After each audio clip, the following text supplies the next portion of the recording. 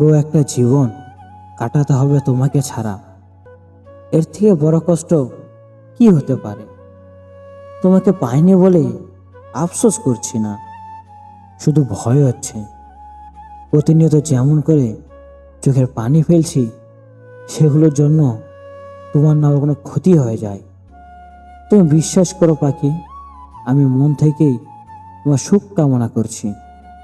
বিশ্বাস করো, বারবার নিজেকে সান্ত্বনা দেওয়ার চেষ্টাই করে যাচ্ছি, কিন্তু অবুঝ মনটা কিছুতে বুঝতে চায় না তুমি যে আমার নেই।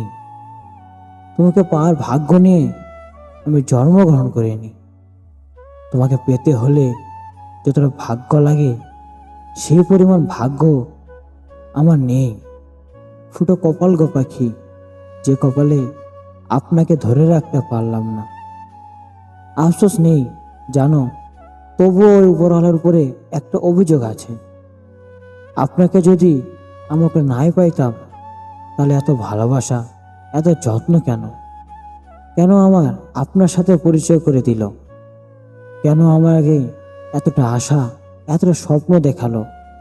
কি এমন পাপ করেছি যে আপনি আমার থেকে আমার প্রিয় মানুষটাকে কেড়ে নিলেন?